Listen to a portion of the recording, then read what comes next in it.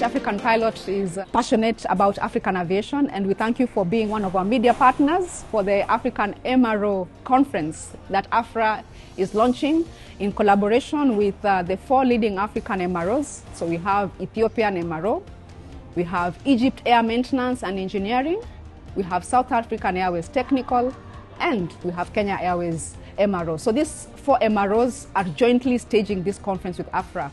So we'll have the conference segment, then we shall have the marketplace for the B2B, where we'll create an opportunity for airlines to meet with the various MRO providers. And at the same time, we shall have masterclasses and a visit to the Ethiopian Airlines MRO facility in Addis Ababa.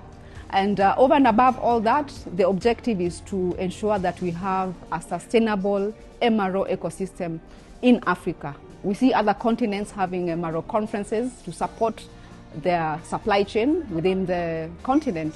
So why not Africa? So this is an opportunity for us to, together, for Africa solutions to support our MRO ecosystem.